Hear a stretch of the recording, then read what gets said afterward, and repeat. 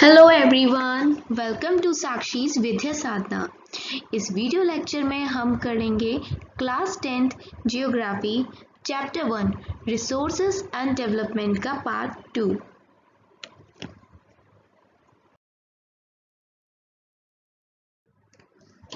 Development of resources.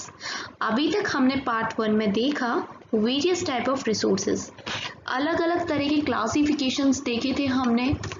अब हम देखेंगे डेवलपमेंट ऑफ रिसोर्सेज। ठीक है, resources are vital for human survival as well as for maintaining the quality of life. ये जो रिसोर्सेज है ना, ये ह्यूमन सर्वाइवल के लिए बहुत ज़रूरी है और हमारी जो लाइफ है इसकी क्वालिटी को अच्छा करने के लिए, क्वालिटी को बढ़ाने के लिए, क्वालिटी को मेंटेन करने के लिए रिसोर्सेज का अपना बहुत बड़ा योगदान है। It was believed that resources are free gift of nature। देखो, ऐसा माना जाता है, बहुत लोग ऐसा मानते हैं कि ये जो रिसोर्सेज हमें मिले हैं ये कुदरत की देन है, फ्री गिफ्ट है भगवान का, नेचर का आपके लिए। As a result, human beings used them indiscriminately and this has led to the following major problems। और इसी की वजह से जो ह्यूमन बीइंग्स हैं इनको यूज़ करते हैं और जिसकी वजह से कुछ प्रॉब्लम्स भी देखने को मिलती हैं हमें। अब वो क्या क्या प्रॉब्लम्स हैं? Depletion of resources for satisfying the greed of few individuals. देखिए, इंसान का जो लालच है ना वो कभी ख़त्म नहीं होता, ना उसकी इच्छाएं कभी ख़त्म होती हैं।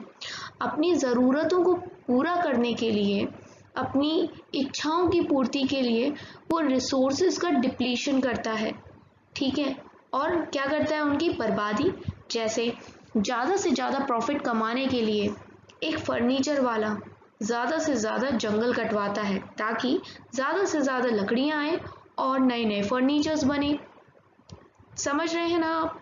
उसी प्रकार से नेक्स्ट है accumulation of resources in few hands which in turn divided the society into two segments, that is haves and have-nots or rich and poor। अब देखिए, कुदरत की देन जिन रिसोर्सेज को आप मानते हैं, भगवान ने आके तो बंटवारा नहीं किया था ना कि ये रिसोर्सेज हम इसको देंगे या उसको देंगे या इसको नहीं देंगे। भगवान ने या नेचर ने तो ऐसा नहीं किया, लेकिन असल सोसाइटी में ऐसा हो चुका है कि जो कुछ लोग हैं, एक सोसाइटी के पर्टिकुलर जो क्लास है एक सोसाइटी की, उसके पास बहुत सारे रिसोर्सेज हैं और रिसोर्सेज होने की वजह से वो रिच हैं, और वहीं दूसरी तरफ कुछ लोग ऐसे हैं जिनके पास रिसोर्सेज नहीं है। अब उनके पास अगर रिसोर्सेज नहीं है तो वो कैसे है? पुअर है। तो यहाँ क्या हो गया? एक प्रॉब्लम क्रिएट हो गई है ना, एक अंतर आ गया है सोसाइटी में रिच एंड पुअर का बिकॉज ऑफ द रिसोर्सेज। तो ये भी एक प्रॉब्लम को आगे की तरफ ले जाता है। अब हमें इस पर काम करना पड़ेगा कि कैसे हम इन प्रॉब्लम्स को ख़त्म कर सकते हैं।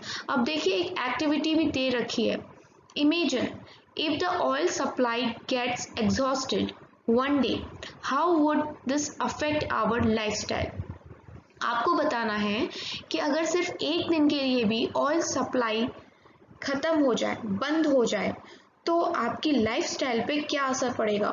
ठीक है, इसको ज़रूर सोचिएगा इसके बारे में और लिखिएगा। अगर आपके पास टाइम है तो कमेंट सेक्शन में भी इन दोनों एक्टिविटीज़ के आंसर ज़रूर दीजिए। नेक्स्ट है plan a survey in your colony or village to investigate people's attitude towards recycling of the domestic or agricultural waste. Ask questions about what do they think about the resources they use, what is their opinion about the wastes and its utilization, and collage your result। अब second क्या है? आपको एक सर्वे करना है जहाँ भी आप रहते हैं अपने आस पड़ोस में, और लोगों से पूछना है, जानना है कि उनका एटीट्यूड क्या है, उनकी क्या सोच है रिसाइकलिंग को लेके, डोमेस्टिक वेस्ट की और एग्रीकल्चरल वेस्ट की। वो क्या सोचते हैं रिसोर्सेज के बारे में, उनका क्या ओपिनियन है जो वेस्ट होता है उसको यूज़ करने के बारे में। इन सब चीज़ों का आपको एक कोलाज बनाना है, एक आपको इस तरह का सर्वे करना है। ठीक है, देखिए एक और पॉइंट है, indiscriminate exploitation of resources has led to global ecological crises such as global warming, ozone layer depletion, environmental pollution and land degradation। जैसे मैंने आपको बताया कि लोग बाग कैसे हो जाते हैं लालची, और उनकी अपनी डिजायर्स की पूर्ति करने के लिए वो एक्सप्लॉयटेशन, शोषण करते हैं रिसोर्सेज का, बहुत गलत तरह से उनका यूज करते हैं लापरवाही के साथ। तो हमें बहुत सारे इकोलॉजिकल समस्याओं से जूझना पड़ता है, जैसे कि ग्लोबल वार्मिंग आजकल न्यूज़ में बहुत चल रहा है। हमारा जो अर्थ है उसका टेम्परेचर दिन ब दिन बढ़ता जा रहा है काफ़ी ज़्यादा। अब ठंड में भी वो ठंड नहीं रहती है और गर्मी बढ़ती जा रही है। ये क्यों हो रहा है? This is because of global warming. Earth गर्म होता जा रहा है, ग्लेशियर्स पिघलते जा रहे हैं उस हीट की वजह से। और आपको क्या पता है कि ये जो ग्लेशियर्स पिघल रहे हैं तो इनकी वजह से जो पानी, क्योंकि ये आइस होती है ग्लेशियर्स पे, ठीक है, तो अब जो पानी मेल्ट होगा वो कहाँ जाएगा? वो जाएगा ओशियंस में। और इसी की वजह से क्या हो रहा है, जैसे देखिए मैं आपको ड्रॉ करती हूँ, ये है ग्लेशियर, पहाड़ों पे होते हैं, यहाँ पर बर्फ है। अब जब ये बर्फ का पानी पिघलेगा तो ये कहाँ जाएगा? रिवर्स के थ्रू ओशियन में जाएगा। आपको पता है ओशियंस में आइलैंड भी होते हैं, आपको पता है जैसे मालदीव हो गया, मॉरिशस हो गया, ये सब आइलैंड कंट्रीज हैं। तो इस तरह की कंट्रीज को काफ़ी खतरा हो गया है, क्योंकि जो ये समुद्र का पानी है, जो ओशियन का जो लेवल है ना, ये बढ़ता जा रहा है और इसकी वजह से कई तो आइलैंड डूब भी चुके हैं। तो ये काफ़ी हार्मफुल है हमारे लिए, लेकिन लोग बाग समझते नहीं हैं। आई होप आप स्टूडेंट्स इन चीज़ों को समझेंगे और लोगों को समझाने की कोशिश भी करेंगे। सेकेंड वन है ओजोन लेयर डिप्लीशन। आपको पता है ना ओजोन लेयर से हम कितने अच्छे से बचते हैं अल्ट्रावायलेट रेज से, जो कि सूरज की किरणें आती हैं। लेकिन लोग बाग क्या कर रहे हैं, इतनी ज़्यादा पॉल्यूशन कर रहे हैं कि ओजोन लेयर में भी होल हो चुका है और ये होल दिन ब दिन बढ़ता ही जा रहा है। अगर ये होल बहुत बड़ा हो गया, ओजोन लेयर ख़त्म हो जाती है, तो फिर हमें हार्मफुल जो ये यूवी रेज आती हैं, अल्ट्रावायलेट रेज आती हैं सन से, इनसे हमें कोई नहीं बचा पाएगा और हमें बहुत सारी skin problems, skin cancers and various other problems हो जाएंगी, ठीक है। और इन्वायरमेंटल पॉल्यूशन तो होती ही है, रिसोर्सेज की वजह से आप पेड़ काट रहे हो, बहुत सारे काम कर रहे हो, लैंड खराब हो रहा है, ठीक है, जो क्वालिटी होती है सॉइल की वो खराब हो रही है, सॉइल इरोजन, बहुत सारी समस्या है जो कि आपकी एक्सप्लॉयटेशन ऑफ रिसोर्सेज की वजह से देखने को मिलती हैं। An equitable distribution of resources has become essential for a sustained quality of life and global peace। देखो, अगर हमें एक अच्छी लाइफ चाहिए, ठीक है, एक क्वालिटी ऑफ लाइफ चाहिए और ग्लोबल पीस चाहिए, मतलब ग्लोबल स्तर पे शांति चाहिए। आपको शांति तभी मिलेगी जब सब खुश रहेंगे, है ना। अगर आप ये सब चाहते हैं तो आपको इक्वली डिस्ट्रीब्यूशन करना पड़ेगा रिसोर्सेज का, ऐसा नहीं कहीं ज़्यादा है कहीं कम। If the present trend of resource depletion by a few individuals and countries continues, the future of our planet is in danger। अगर इसी तरह से चलता रहा, यही ट्रेंड चलता रहा जो अभी चल रहा है कि कुछ अमीर ज़्यादा और कुछ कंट्रीज़ जो थोड़ी सी पैसे वाली हैं, पावरफुल कंट्रीज़ हैं, वो इसी तरीके से लापरवाही से अगर रिसोर्सेज का यूज़ करती रहीं, तो भाई हमारा जो ये अर्थ है, हमारी पृथ्वी है, वो खतरे में पहुंच जाएगी। काफ़ी हद तक पहुंच चुकी है और आगे और ज़्यादा पहुंच जाएगी। Therefore, resource planning is essential for sustainable existence of all forms of life। और इसीलिए इस खतरे से अर्थ को बचाने के लिए, हमारी पृथ्वी को बचाने के लिए हमें प्लानिंग करनी पड़ेगी for sustainable existence of all forms of life. आपको क्या पता है सस्टेनेबल का मतलब क्या होता है? अभी हम सस्टेनेबल डेवलपमेंट पे भी बात करेंगे। देखिए इस तरह की चीज़ें जो हमारे फ्यूचर में भी काम आए, ठीक है, उसे हम कहेंगे sustainable development. Not for now, हम कुछ ऐसी स्कीम लेके आए जो हमारे फ्यूचर के लिए भी हो, वो होती है सस्टेनेबल। तो हमें ऐसी प्लानिंग करनी पड़ेगी जो sustainable existence of all forms of life हो, कि हमारे लिए तो है लेकिन हमारी आने वाली पीढ़ी के लिए भी लाभदायक सिद्ध हो। Sustainable existence is a component of sustainable development. Sustainable existence एक किसका हिस्सा है? Sustainable development का. And we will see further about sustainable development in this video also.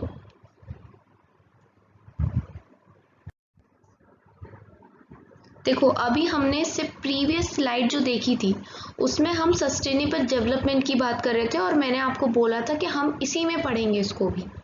तो बताती हूँ आपको सस्टेनेबल डेवलपमेंट क्या होता है। हिंदी में तो मैं पहले आपको बता चुकी थी, लेकिन और एक प्यारी सी डेफिनेशन हम देखते हैं और समझते हैं सस्टेनेबल डेवलपमेंट के बारे में। मोदी जी भी आजकल इसी के बारे में बहुत बातें करते हैं सस्टेनेबल डेवलपमेंट की। So sustainable economic development means development should take place without damaging the environment, and development in the present should not compromise with the needs of future generation. देखो ऐसा सस्टेनेबल डेवलपमेंट उस development को कहते हैं जो कि environment को नुकसान ना पहुंचाए, और अगर वो प्रेजेंट टाइम में कुछ भी फायदा कर रही है, डेवलपमेंट कर रही है, तो वो इस तरीके का नहीं होना चाहिए कि भाई फिर फ्यूचर के लिए कुछ बचे ही नहीं। फ्यूचर की नीड्स के साथ कुछ भी कॉम्प्रोमाइज नहीं होना चाहिए। मतलब जैसे मान लीजिए पानी है, तो उस पानी को आप इस तरीके से वाटर यूज करें कि आने वाली पीढ़ी के लिए भी पानी की कमी ना हो। वेस्ट मत करिए पानी को।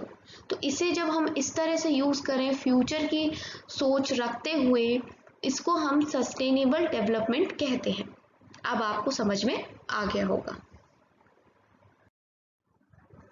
रियो डी जनेरियो अर्थ समिट 1992।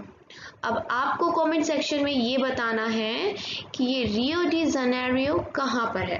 वैसे तो जब आप ये पैराग्राफ पढ़ेंगे आपको पता चल ही जाएगा, लेकिन फिर भी चलिए ये बता दीजिए तो फिर कि किस कॉन्टिनेंट में आता है। ठीक है, एशिया में, अमेरिका में, अमेरिका के भी दो है, नॉर्थ अमेरिका, साउथ अमेरिका, कौन से कॉन्टिनेंट में है ये। ठीक है, इन जून 1992 more than 100 heads of states met in Rio de Janeiro in Brazil। चलिए आपको पता चल गया ना, ये ब्राजील में है। For the first time international earth summit, देखो पहली बार हुआ था इंटरनेशनल अर्थ समिट। कब? 1992 में जून में ब्राजील में, और लगभग 100 देश के जो हेड हैं वो आके मिले थे यहाँ पे। The summit was convened for addressing urgent problems of environmental protection and socio-economic development at the global level। अब भाई ये क्यों मिल रहे हैं? पिकनिक थोड़ा ना करनी थी उनको ब्राजील में जो 100 के 100 मिले, या घूमने थोड़ा ना गए थे। अर्थ की चिंता थी, अर्थ पे खतरा आ रहा है, किसका? Environmental protection and socio economic development की वजह से ये लोग मिले कि भाई मिलके इस समस्या को सुलझा लो, वरना अर्थ गायब होता हुआ नजर आएगा। मतलब अर्थ गायब नहीं, अर्थ पे लाइफ गायब हो जाएगी। ठीक है। The assembled leaders signed the Declaration on Global Climatic Change and Biological Diversity। इन सारे लीडर्स ने क्या किया? एक डिक्लेरेशन साइन किया था। किसके ऊपर? Global climatic change and biological diversity पे। The Rio Convention endorsed the Global Forest Principles and adopted Agenda 21 for achieving sustainable development in the 21st century। इन्होंने अपने सिद्धांत कुछ लागू करे कि हम ऐसे ऐसे काम करेंगे जिसकी वजह से 21st सेंचुरी के लिए हम एक सस्टेनेबल डेवलपमेंट की कोशिश करेंगे। ठीक है, और इन्होंने क्या अडॉप्ट किया? एजेंडा 21। अब हमें ये देखना है एजेंडा 21 क्या था। It is the declaration signed by the world leaders. Agenda 21 क्या है बच्चों? ये एक डिक्लेरेशन है जो कि वर्ल्ड की बड़े बड़े जो लीडर्स हैं कंट्रीज के, उन्होंने साइन किया था 1992 में। कहाँ पर किया था? at the United Nations Conference on Environment and Development। देखिए अगर आपसे कोई लिख दे UNCED एक्रोनिम ये लिख दे और पूछे कोई कि भाई फुल फॉर्म बताओ, तो आपको पता होना चाहिए इसका फुल फॉर्म है United Nations conference on environment and development. और ये कॉन्फ्रेंस कहाँ हुई थी? Rio de Janeiro, that is in Brazil. It aims at achieving, अब देखो हमें पता तो होना चाहिए इस मीटिंग का एजेंडा 21 का मकसद क्या था, क्यों मिले थे। देखो, it aims at achieving global sustainable development. तो इनका एम क्या था कि सस्टेनेबल डेवलपमेंट आ जाए ग्लोबल लेवल पे, पूरी दुनिया में। It is an agenda to combat environmental damage, poverty, disease through global cooperation on common interest, mutual needs and shared responsibilities। इनका क्या एजेंडा था कि ये जो भी इन्वायरमेंटल डैमेज हो रही है, पॉल्यूशंस हो रही है ना, ग्लोबल वार्मिंग हो रही है, लैंड डिग्रेडेशन, गरीबी, पॉवर्टी, डिसीजेस फैल जाती हैं। अभी भी आपको पता ही है कि हम पीड़ित हैं भैया कोविड से, कोरोना वायरस ने आतंक मचा रखा है। उससे पहले निपा वायरस आया, कभी स्वाइन फ्लू आ जाता है। तो इस तरह के जो डिसीजेस हैं ग्लोबल स्तर पे, आपस में जो कंट्रीज हैं कोऑपरेशन करें, कॉमन इंटरेस्ट जगाएं और म्यूचुअल नीड्स के साथ एक शेयर्ड रिस्पॉन्सिबिलिटी के साथ इन सबके सामने ना एकजुट हो जाएं और लड़ाई लड़ें। जैसे अभी कोरोना के टाइम पे सारी कंट्रीज लगभग उन्होंने अपने कॉमन इंटरेस्ट दिखाए और एक साथ हुई। हमारी इंडिया ने भी बहुत सारी कंट्रीज को फ्री डोजेस दी है वैक्सीनेशन की। क्या आपको पता है कि वो पहली कंट्री कौन सी है जिसको इंडिया ने free doses as a gift दी हैं? अगर पता है तो आप ज़रूर मुझे कमेंट सेक्शन में बताइए, और नहीं पता तो ये भी बताइए कि आपको नहीं पता, मैं ज़रूर बताऊंगी नेक्स्ट वीडियो में आपको। One major objective of the Agenda 21 is that every local government should draw its own local agenda। देखो, अब ये एजेंडा 21 ना पूरे विश्व के लिए था, बड़े से पूरे विश्व के वर्ल्ड लीडर्स तो आए थे, ये तो ग्लोबली हो गया, लेकिन इसका एक और मकसद था कि एक एजेंडा 21 अलग अलग कंट्रीज, अलग अलग कल्चर की कंट्रीज, अलग अलग सब कुछ अलग अलग है कंट्रीज का। जैसे हमारा और अमेरिका में कितना अंतर है, तो अलग लोग हैं, अलग मेंटेलिटी के लोग हैं, तो वहाँ की फंक्शनिंग भी डिफरेंट होती है। तो यहाँ ये भी बोला गया कि जो लोकल गवर्नमेंट है उनको अपना अलग एजेंडा बनाना होगा, अलग एजेंडा 21 बनाना होगा। फॉर एग्जाम्पल पाकिस्तान को अपना अलग बनाना होगा कुछ करने के लिए। खैर वो लोग तो कुछ करते नहीं है, न कर पहले करा न अब कर पाएंगे। खैर जैसे हमारा इंडिया, हमारा प्यारा भारत, वो अपना खुद का एजेंडा 21 बनाएगा, है ना। कोई और कंट्री है जैसे मॉरिशस है, वो अपना खुद एजेंडा 21 बनाएगा अपने लोगों के लिए, उनकी प्रायोरिटीज को ध्यान में रखते हुए। तो इस तरीके से सब अपना अपना एजेंडा 21 बनाएंगे, ठीक है। अभी देखा हमने एक समिट के बारे में, ठीक है, जो कि वर्ल्ड लीडर्स ने किया था। अब जब वो समिट से आए होंगे तो उन्होंने एजेंडा 21 यानी क्या है ये एजेंडा 21, अपनी अपनी प्लानिंग की होगी। प्लानिंग की ज़रूरत है, मीटिंग तो कर ली, मुद्दों पे चर्चा तो हो गई कि ये प्रॉब्लम्स हैं, लेकिन अब इन्हें प्रॉब्लम्स को गायब करने के लिए सॉल्यूशन चाहिए, और सॉल्यूशन करने के लिए हमें प्लानिंग करनी पड़ेगी। तो अब हम पढ़ेंगे रिसोर्स प्लानिंग के बारे में, ठीक है। प्लानिंग क्या होता है? Planning is widely accepted strategy for judicious use of resources. Planning क्या है? एक तरह की स्ट्रैटेजी है जिसको वाइडली एक्सेप्ट किया गया है लोगों के द्वारा, जिससे कि हम बहुत ही सही तरीके से रिसोर्सेज का इस्तेमाल कर सकते हैं। It has importance in a country like India which has enormous diversity in availability of resources। और इस तरह की प्लानिंग्स इंडिया जैसे कंट्रीज के लिए बहुत ही ज़्यादा उपयोगी है। क्यों? क्योंकि बहुत ज़्यादा डिमांड है यहाँ पर रिसोर्सेज की, कहीं ज़्यादा है, कहीं कम है, कहीं कुछ मिलता है, कहीं कुछ नहीं मिलता है। There are regions which are rich in certain types of resources but deficient in some other resources। जैसा कि मैंने आपको बताया कि कुछ एरियाज ऐसे हैं जो कि रिच होते हैं पर्टिकुलर रिसोर्सेज से, बट कुछ एरियाज ऐसे होते हैं जहाँ पर कुछ भी रिसोर्सेज नहीं मिलते हैं। There are some regions which can be considered self-sufficient in terms of availability of resources, and there are some regions which have acute shortage of some vital resources. कुछ रीजन्स ऐसे भी हैं इंडिया में जहाँ पर भैया बहुत सारे रिसोर्सेज हैं, उन्हें ज़रूरत ही नहीं है कि कहीं और डिस्ट्रिक्ट से या स्टेट से हम रिसोर्सेज को लेके आएँ, लेकिन कुछ ऐसी जगह हैं जहाँ पर रिसोर्सेज की बहुत शॉर्टेज है और उनको दूसरी स्टेट से रिसोर्सेज को लेना पड़ता है। For example the states of Jharkhand, Chhattisgarh, Madhya Pradesh, यहाँ पर क्या मिलता है? बहुत सारा मिनरल्स मिलता है, कोल के डिपॉजिट्स पाए जाते हैं। अरुणाचल प्रदेश में क्या मिलता है? पानी, वाटर रिसोर्स बहुत है, लेकिन अगर बात करी जाए इंफ्रास्ट्रक्चर डेवलपमेंट की तो वो वहाँ पर ज़ीरो टाइप का है। क्यों है ज़ीरो? क्योंकि भाई वहाँ की टेरेन ही ऐसी है, हिली एरियाज़ है, तो वहाँ कंस्ट्रक्शन अच्छा हो नहीं पाता, इंफ्रास्ट्रक्चर डेवलप हो नहीं पाता, और जिस जगह का इंफ्रास्ट्रक्चर अच्छा नहीं होगा तो इकोनॉमी बूस्ट करने में भी हमें दिक्कत होगी, रोड बन नहीं पाती हैं, कॉन्टैक्ट अच्छा हो नहीं पाता है, तो इस सब से इकोनॉमी पे काफ़ी असर पड़ता है।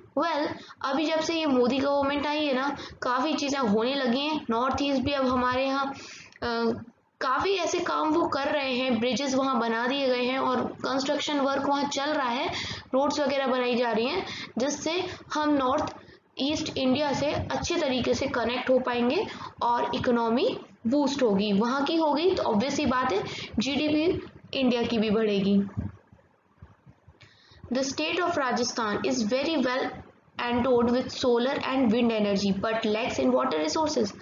अब अगर बात करी जाए राजस्थान की तो राजस्थान में सोलर एनर्जी बहुत अच्छे से मिल जाती है, विंड एनर्जी बहुत अच्छे से मिलती है, लेकिन अगर बात करें पानी की तो पानी की बहुत कमी है वहाँ पे। The cold desert of Ladakh is relatively isolated from the rest of the country. It has very rich cultural heritage but is deficient in water, infrastructure and some vital minerals. अब अगर लद्दाख की बात करें तो काफ़ी सुंदर जगह है, और अगर कल्चर की बात करें तो बहुत ही अच्छा कल्चर है वहाँ पर, हेरिटेज है, लेकिन ना वहाँ पानी है, क्लाइमेट कंडीशंस ऐसी रहती हैं कि इंफ्रास्ट्रक्चर डेवलप नहीं हो पाता और वहाँ पर मिनरल्स की भी बहुत कमी है। लेकिन जैसे जब से ये यूटीज़ बने हैं लद्दाख एंड जम्मू कश्मीर, तब से वहाँ पर बहुत सारे जो नए प्लांट्स हैं और हाइड्रो इलेक्ट्रिक पावर स्टेशंस हैं वो डेवलप किए जा रहे हैं, और आने वाले समय में लद्दाख में बहुत सारी नई चीज़ें आपको देखने को ज़रूर मिलेंगी। This calls for balance resource planning at the national, state, regional and local levels. अब इसी की वजह से जैसा कि मैंने आपको ये एग्जांपल्स दिए, आपको पता चला होगा ना कि कहीं कुछ मिल रहा है, कहीं कुछ मिल रहा है, लेकिन हमें सब चीज़ की ज़रूरत है इन अ पर्टिकुलर अमाउंट। तो इसके लिए हमें नेशनल लेवल पे, स्टेट लेवल पे, रीजन लेवल पे या लोकल लेवल पे एक प्लानिंग करनी पड़ेगी। ठीक है ना, बात समझ में आ गई होगी आपको। अब देखो, हम अब पर्टिकुलरली पढ़ेंगे रिसोर्स प्लानिंग इन इंडिया के बारे में। Resource planning in India. Resource planning is a complex process which involves, देखो एक बहुत ही जटिल प्रक्रिया है क्या रिसोर्स प्लानिंग। इसके अंदर बहुत सारी प्रोसेसेस आती हैं। कौन कौन सी प्रोसेस आती हैं? पहली प्रोसेस होती है identification and inventory of resources across the region of the country. This involves surveying, mapping and qualitative and quantitative estimation and measurement of the resources। देखो, सबसे पहला हमें जब भी रिसोर्स प्लानिंग करनी है, हम अपने प्यारे भारत इंडिया के बारे में पढ़ रहे हैं, पहला काम करेंगे हम आइडेंटिफाई करेंगे, अपनी पूरी कंट्रीज में सर्वे करेंगे, मैप के थ्रू पता करेंगे, क्वालिटेटिव एनालिसिस करेंगे, क्वांटिटेटिव एनालिसिस करेंगे और मेजरमेंट करेंगे। मतलब ये कि पता लगाएंगे कि किस रीजन में क्या मिल रहा है।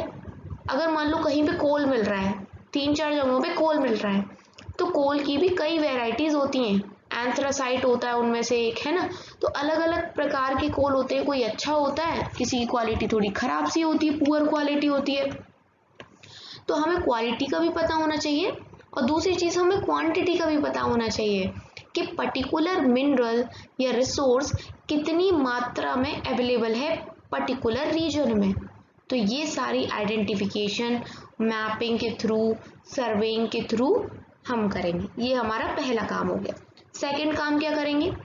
Evolving a planning structure endowed with appropriate technology, skill and institutional setup for implementing resource development plans। अब हमें जब पता चल गया कि कहाँ क्या मिलता है, हम प्लान करेंगे एक स्ट्रक्चर, उसमें एक एप्रोप्रिएट पर्टिकुलर टेक्नोलॉजी, स्किल का और इंस्टीट्यूशन का यूज करेंगे और प्लान्स बनाएंगे। Third, matching the resource development plans with overall national development plans. और तीसरा काम हम ये करेंगे कि जो भी हमने रिसोर्स डेवलपमेंट प्लान्स बनाए हैं उनको मिला के देखेंगे नेशनल डेवलपमेंट प्लान से। India has made concerted efforts for achieving the goals of resource planning right from the first 5-year plan launched after independence। हमारा जो भारत है 1947 में जब इसको आज़ादी मिली तब से, उसके बाद से जो ये हम 5-year प्लान जो बनाते थे अपने, है ना, उसी से हमने ना रिसोर्स प्लानिंग स्टार्ट कर दी थी और काफ़ी सारी गोल्स को अचीव हम कर चुके हैं और अब भी नई नई स्कीम्स लेके आ रहे हैं सो दैट हम एक अच्छी सी प्लानिंग करें और अपने रिसोर्स को एफिशिएंटली यूज़ कर सकें सस्टेनेबल तरीके से।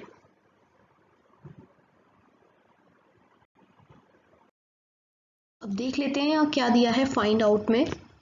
What resources are being developed in your surroundings by community or village panchayats, ward level communities with the help of community participation। आपको ये बताना है कि आपके आसपास में जो भी रिसोर्सेज हैं उनमें क्या डेवलपमेंट किया गया है, कैसे उनको डेवलप किया गया है, तो किस प्रकार से किया गया है, किसकी हेल्प लेके, कम्युनिटी पार्टिसिपेशन की। आप ही तो कम्युनिटी हैं तो उनके योगदान से किस तरीके से आपके आसपास के रिसोर्सेज को डेवलप्ड किया गया है ये आप फाइंड आउट करेंगे। आगे देखिए, the availability of resources is a necessary condition for the development of any region. किसी भी रीजन के डेवलपमेंट के लिए क्या ज़रूरी है कि उस पर्टिकुलर रीजन में, क्षेत्र में रिसोर्सेज होने चाहिए। But mere ability of resources in the absence of corresponding changes in technology and institution may hinder development। लेकिन अगर मान लीजिए रीजन में रिसोर्सेज तो हैं, जितना चाहिए उतना रिसोर्सेज हैं, लेकिन वहाँ पर टेक्नोलॉजी नहीं है या फिर इंस्टीट्यूशन नहीं है, प्रॉपर इंफ्रास्ट्रक्चर नहीं है, तो भी कोई फ़ायदा नहीं है ऐसे रिसोर्सेज का। जब आपके पास टेक्नोलॉजी ही नहीं है रिसोर्सेज को यूज़ करने की, तो फिर उन रिसोर्सेज का क्या मतलब है। और इन केस ये क्या करेगा, हिंडर करेगा डेवलपमेंट को, मतलब डेवलपमेंट करने में एक रुकावट का काम करेगा। तो रिसोर्सेज के साथ आपके पास इंस्टीट्यूशन और टेक्नोलॉजी का होना भी बहुत ज़रूरी है।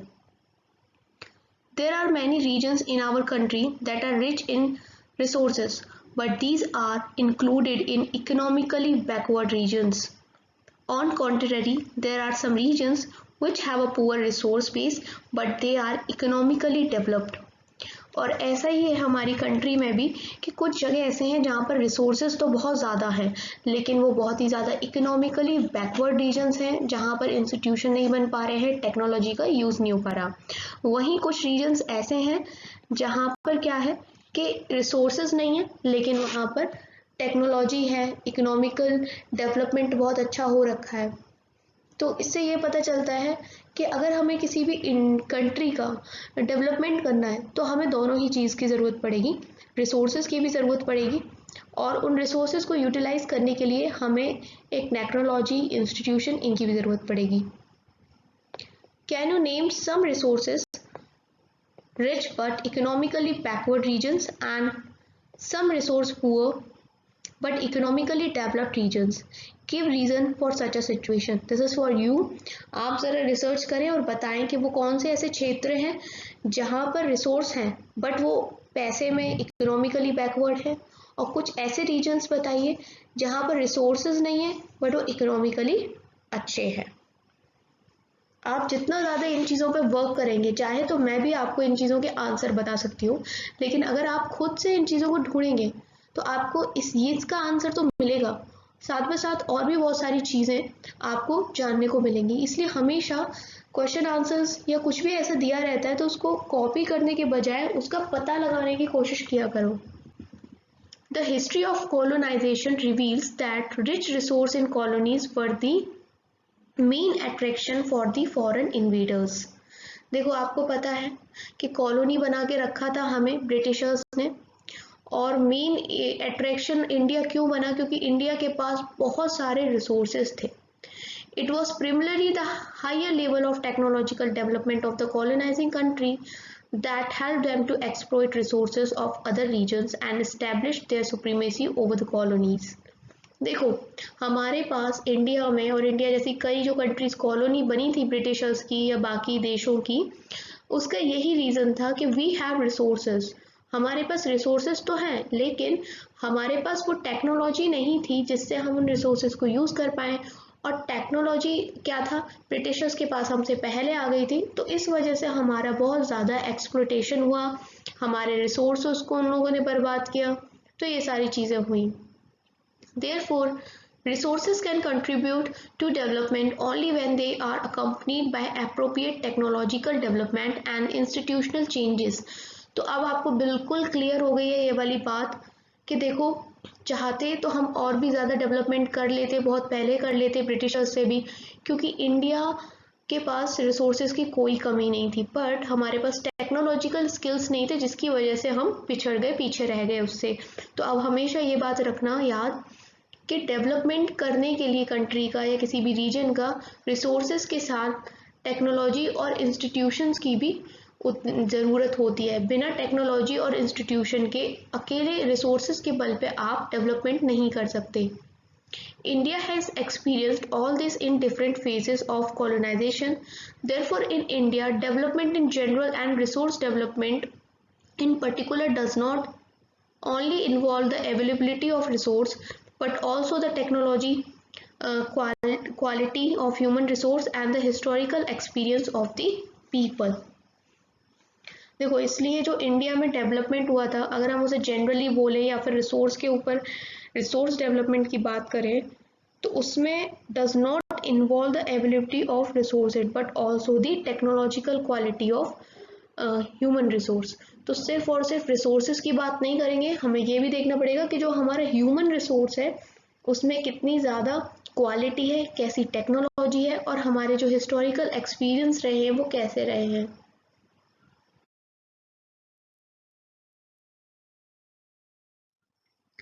अब देखो प्लानिंग कर लिया, सब कुछ हम समझ चुके हैं, ठीक है। अब हमें कंजर्वेशन ऑफ रिसोर्सेज को समझना है कि किस तरीके से हम रिसोर्सेज को एक सही ढंग से यूज़ करें सो दैट सस्टेनेबल डेवलपमेंट के साथ साथ आगे आने वाली पीढ़ी के लिए भी वो बचे रहें। कंजर्व करके कैसे रखना है ये हम अभी देखने वाले हैं। Resources are vital for any developmental activity. It's very simple, इतनी देर से हम यही सब पढ़ रहे हैं कि रिसोर्सेज बहुत ज़्यादा ज़रूरत है रिसोर्सेज की अगर हमें कहीं भी डेवलपमेंट करना है। But irrational consumption and overutilization of resources may lead to socio-economic and environmental problems। लेकिन अगर आप लापरवाही करोगे उनको यूज़ करने में या ओवर यूटिलाइजेशन करोगे, मतलब जितनी ज़रूरत है उससे ओवर करोगे उसका यूज़ रिसोर्सेज का, तो उससे प्रॉब्लम्स खड़ी हो जाएंगी। कैसी? सोशियो इकोनॉमिक, समाज में असंतुलन आ जाएगा और इकोनॉमी में भी असंतुलन आ जाएगा। उसके साथ साथ जो इन्वायरमेंटल प्रॉब्लम्स है, जैसे बताया था ग्लोबल वार्मिंग वगैरह, लैंड डिग्रेडेशन, ये सब प्रॉब्लम्स भी आ जाएंगी। To overcome these problems resource conservation at various level is important. और इन सब चीज़ों से बचने के लिए हमें क्या करना है, हमें रिसोर्स कंजर्वेशन समझना है और कैसे हम अपने रिसोर्सेज को कंजर्व करके रख सकें इसको हमें जानना होगा। This had been the main concern of the leaders and thinkers in the past। और यही सबसे बड़ी एक चिंता का विषय बना रहा था पहले पास्ट के जो लीडर्स रहे हैं, विशेषज्ञ लोग जो भी रहे थे पहले, उनके लिए कि हम कैसे कंजर्व करें अपने रिसोर्सेज को। For example, Gandhi ji was very apt in voicing his concern about resource conservation in these words। Gandhi ji भी काफ़ी चिंता करते थे रिसोर्स कंजर्वेशन को लेके। उन्होंने कुछ कहा है, वो देखते हैं क्या कहा है। There is enough for everybody's need and not for anybody's greed।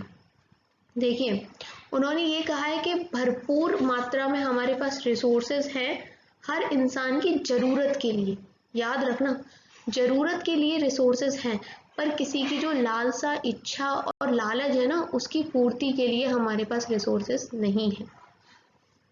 और लोग क्या करते हैं, अपनी ग्रीड के चक्कर में ओवर यूटिलाइजेशन करते हैं रिसोर्सेज का।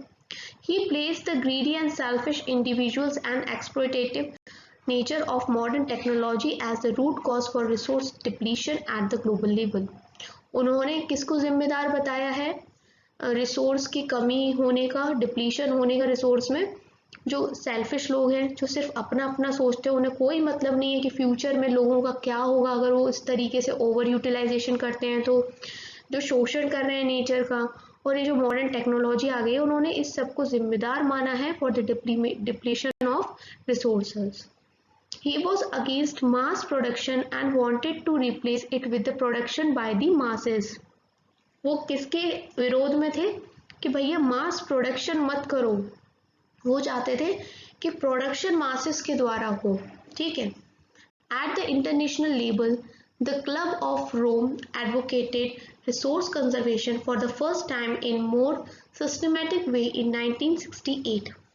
तो पहली बार क्या हुआ था, इंटरनेशनल लेवल पे एक क्लब है रोम का, वहाँ पर एडवोकेट किया गया था किसको, एक मोर सिस्टमैटिक वे में रिसोर्स कंजर्वेशन, इसके ऊपर एक मीटिंग सी हुई थी 1968 में। Subsequently, in 1974, Gandhian philosophy was once again presented by Schummer in his book Small is Beautiful. और ये जो गांधी जी के बारे में जो मैंने आपको बताया, इसी फिलॉसफी को लेते हुए एक बंदे हैं स्कूचमर, आप जो भी चाहें इसका प्रोनाउंसिएशन कर सकते हैं। वी इंडियंस, हमारी एसेंट अलग है, तो हमें जैसा समझ में आए हमने वैसा कर दिया। तो इन्होंने एक बुक लिखी है स्मॉल इज ब्यूटीफुल, तो उसमें इन्होंने गांधी की फिलॉसफी को दर्शाया है इन 1974। The seminal contribution with respect to resource conservation at the global level was made by the Brundtland Commission Report 1987। और ऐसे ही एक रिसोर्स कंजर्वेशन के ऊपर एक रिपोर्ट बनाई गई थी किनके द्वारा, ब्रुंडलैंड कमीशन रिपोर्ट 1987 में। This report introduced the concept of sustainable development, इसको याद रखिएगा, इसी रिपोर्ट ने कॉन्सेप्ट दिया था सस्टेनेबल डेवलपमेंट का, and advocate it as a means for resource conservation. और उन्होंने बताया था ये सस्टेनेबल डेवलपमेंट वो जरिया है जिसके द्वारा हम रिसोर्स को कंजर्व कर सकते हैं। और यही चीज़ इनकी बुक में भी पब्लिश हुई थी, और इनकी बुक का नाम था our common future. Another significant contribution was made at the Earth Summit at Rio de Janeiro, Brazil in 1992, जिसके बारे में हमने पहले पढ़ा था थोड़ी देर पहले।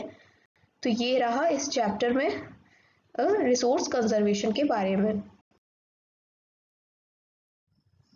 तो इस वीडियो में हमने इतना ही पढ़ा है। ये यहाँ से आपकी नेक्स्ट वीडियो स्टार्ट होगी पार्ट 3, क्योंकि ये चैप्टर काफ़ी लेंदी है और मैं नहीं चाहती हूँ कि मैं जल्दी जल्दी बस रीडिंग कर दूँ और कुछ भी ना समझाऊँ। देखा था ना आपने कि पार्ट 1 ही 43 मिनट समथिंग गया था, अब ये पार्ट 2 है, पता नहीं ये कितनी मिनट का बनेगा, और फिर इसके बाद पार्ट 3 आएगा, ताकि आप आराम से देख लें, कोई भी जल्दबाजी नहीं है, अभी तो सेशन स्टार्ट ही हुआ है।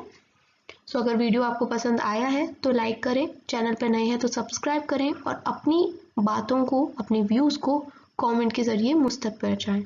Thanks for watching Sakshi's Vidya Sadhana.